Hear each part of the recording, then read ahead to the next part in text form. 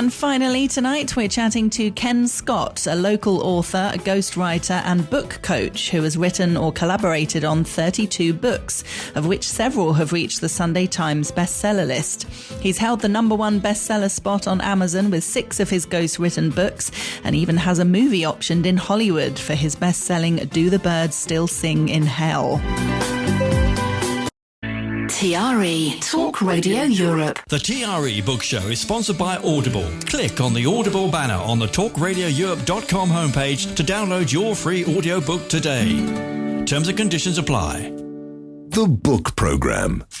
Presented by Hannah Murray. Joining us on the line now is Ken Scott. He's an author, a ghostwriter and a book coach based on the Costa Blanca. He's written or collaborated on 32 books, several of which have reached the Sunday Times top 10 bestseller list. He also worked alongside Debbie Twelves, who was a recent guest on the Book Show, talking about her incredible story. The book was called 20 Years a Stranger. Welcome to the Book Show, Ken. Hi, Hannah. How are you? I'm all right, thank you. How are you? Good. I'm out in the sunshine at the moment, so I hope you don't get too much of a background noise. There might be an odd seagull flies by, but you'll just have to put up with it, I'm afraid. That'll add some atmosphere. It'll be fine. So tell me, how did you get into writing? How did this all come about for you? Well, how did I get into writing? It would be probably about 16 or 17 years ago now. And I suppose I really just, like everybody, you think there's a book in you. After work one evening, I decided that I had a little plot about a novel. I was working in financing and banking at the time, and I had a little fantasy to rob the bank from the inside. So that was my first novel, the first go to novel. It was actually published. It's called The Jack of Hearts. And it was just, I suppose, a hobby more than anything. Really, really enjoyed what I was doing, the writing side of things. And I think after I completed the first book, obviously I wanted to do another one almost straight away. And I suppose that's how I fell into it. The ghostwriting was a little bit different. That came a few years later. And I was asked to write Dwayne Chambers' book.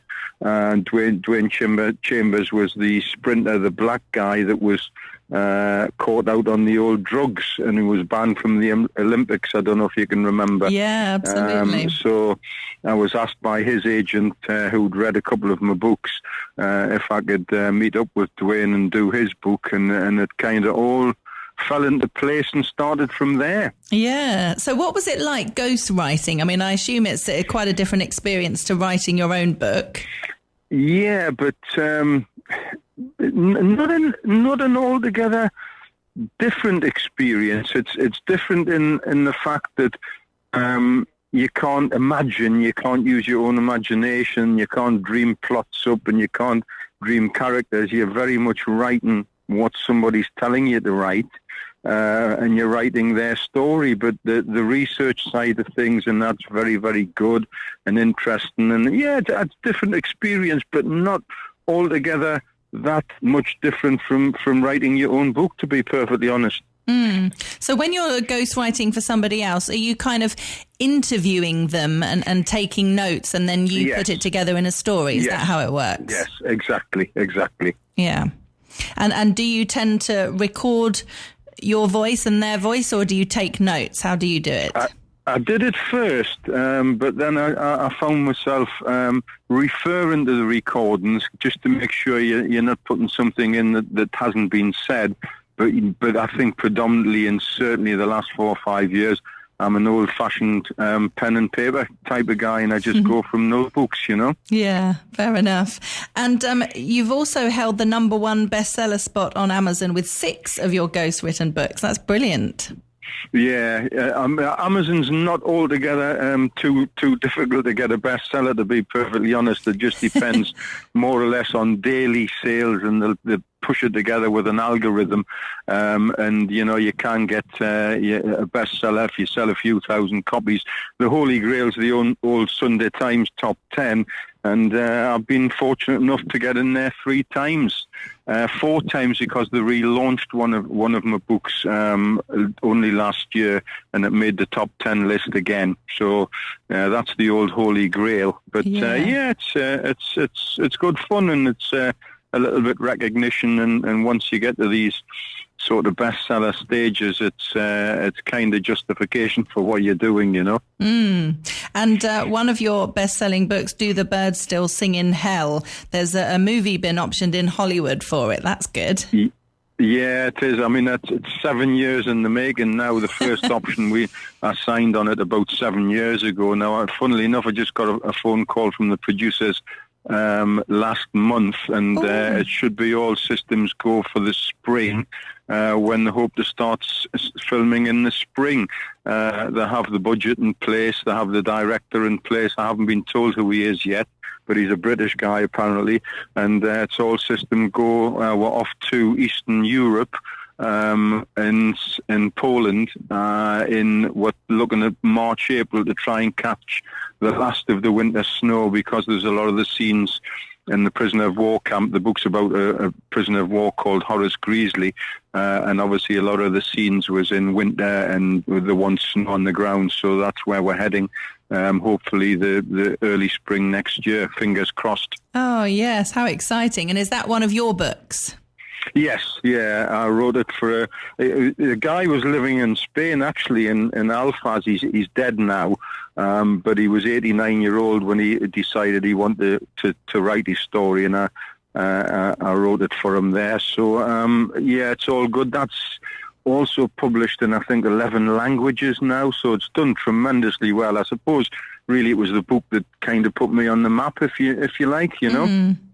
Wonderful. And you also do coaching as well. What's that like, coaching other people to write? Well, I love that. Actually, it's very, very rewarding. It doesn't pay anywhere near the money that a ghostwriter could do, and obviously it is their book, so they cop for the royalties and anything that comes their way at the end of the day. But I do really like that side of things, because I suppose you're doing a one-to-one writing course with somebody, and initially their writing's, I suppose, if I'm honest, fairly poor. And as each chapter goes by, you can see their personal growth, how they're learning things, how they're constructing sentences, developing characters, bringing a chapter together, begin, the middle, and an end. And ultimately, at the end of the book, and then we'll go back and rewrite it again, but ultimately, at the end of the book, you see the difference between, you know, the first chapter that they've submitted to the last chapter that's actually written.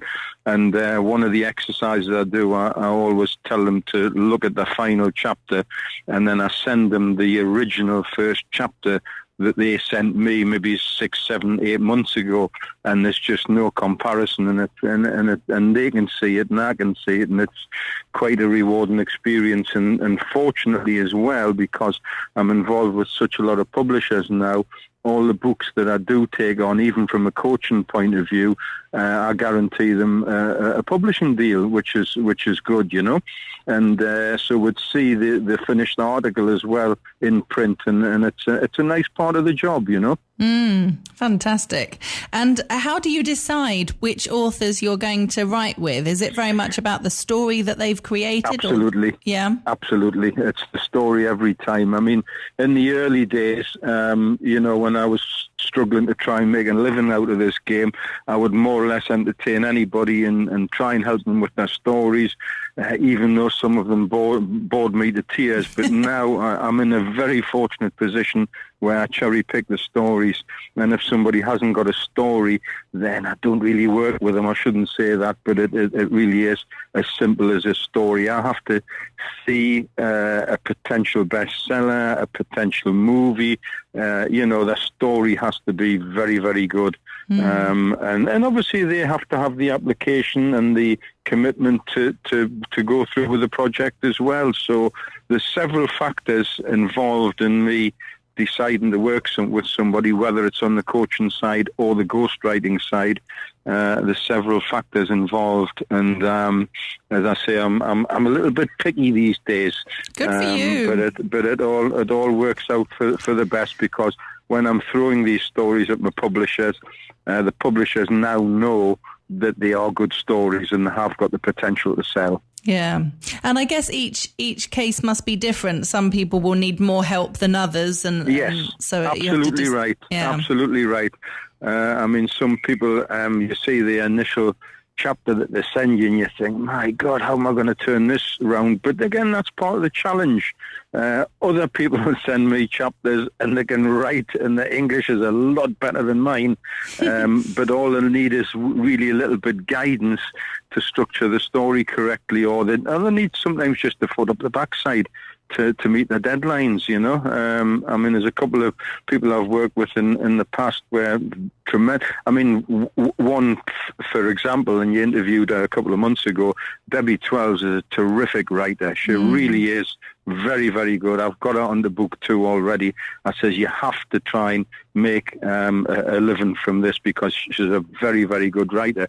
And a lot of my job with Debbie was the getting her into the deadlines, getting the chapters produced in time, and more just guidance. Debbie done all the writing, and it was more just guidance and telling her how to, as I say, construct a chapter, develop a character.